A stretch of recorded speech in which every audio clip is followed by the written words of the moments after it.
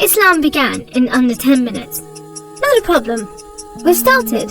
Okay, so travel back in time with me to a land far, far away and long, long ago. Mecca and Arabia, about the year 570. Mecca is important for two reasons. One, the Kaaba is there, an ancient temple built to worship God. And two, Muhammad, peace be upon him, was born in Mecca. Now, problem. I can't show you Muhammad, because it wouldn't be right. I'll tell you why in a bit. But in the meantime, here's his name in Arabic.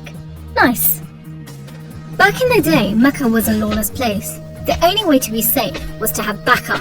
Lots of rich big brothers who'd beat up anyone who got in your way. So the place was ruled by the most powerful families who could do pretty much what they wanted. And religion didn't help.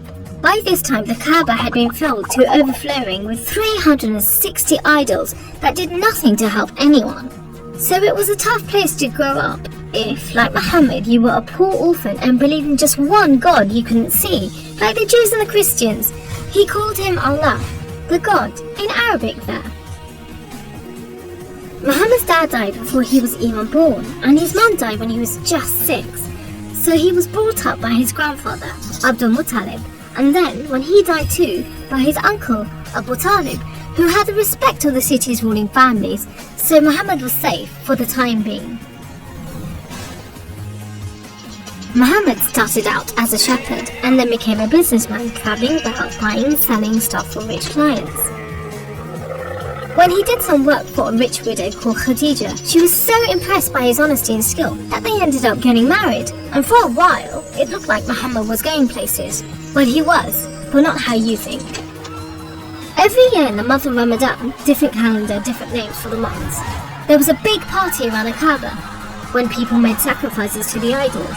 Muhammad hated it, so he'd get out of town and sleep in a cave he'd found on top of a nearby mountain. One night, Muhammad's praying to Allah when wham! There's the angel Jibreel, you might say Gabriel, standing right in front of him.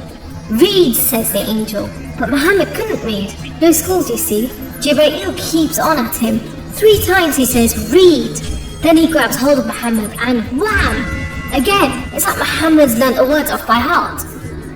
So he recites the message out loud. Read in the name of your Lord, who created man from a drop of blood. Read, for your Lord is most generous. He who taught by the pen, taught man what he did not know. It was a message from Allah.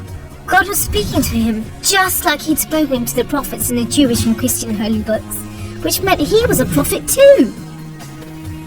The messages continued for the rest of Muhammad's life. Allah gave him the words to say and the prophet recited them. The words were written down by his friends, and years later they were collected together and became the Muslim holy book, the Quran, which means recitation, because Muhammad recited it, you see? Anyway, that was much later, so back to the night of power. Muhammad tells his family, then his friends, and eventually everyone about Allah, that he's the one and only God, that he wants everyone to be treated fairly, and long story short, it didn't go down well with the ruling families of Mecca, who liked things just the way they were. Thank you very much. You see, Islam means obedience to Allah, and Muslim means someone who obeys Allah, and the ruling families didn't want anyone obeying anyone else but them. So the people who believed in Muhammad's message, the Muslims, were given a hard time. Some were even tortured and killed. A few of them managed to escape to Abyssinia, Ethiopia, but most were stuck in Mecca. Muhammad also had to cope with the death of his wife, and then just a few weeks later, his uncle too. Feeling very down, he went to the Kaaba to pray to Allah one night. Then, the weirdest thing happened. Jibreel turns up, sits him on a winged horse called Al-Buraq and flies him all the way from Mecca to Jerusalem. He prays with all the prophets who have ever lived. Then, he's taken up to the heavens to chat with some of the prophets, and then into paradise itself, where Allah tells Muhammad to pray 5 times a day and to stay strong.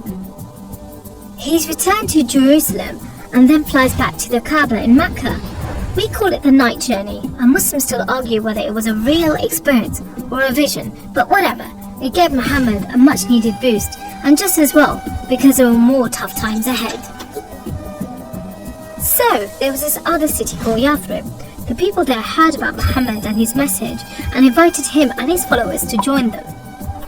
A few at a time, the Muslims left Mecca and made a dangerous journey across the desert to Yathrib. It's known as the Hijra, which means migration, like birds do.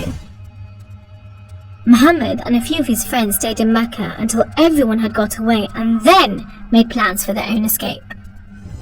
But the ruling families wanted to kill Muhammad while they still could, so 7 sons, one from each family, were sent in the middle of the night to stab the Prophet while he slept. But he was way ahead of them, and when they burst into the house, Muhammad was gone. Trackers were sent out to hunt him down. Muhammad and his best friend Abu Bakr took a roundabout route to try and shake off the pursuit, but the trackers were too good and slowly gained on them. So Muhammad and Abu Bakr hid in a cave and prayed that no one found them. The trackers found the cave alright, but they didn't bother going in to search. There was no way Muhammad could be inside, they thought. There was a spider's web over the mouth of the cave and a nesting bird at the entrance. He must have given them the slip.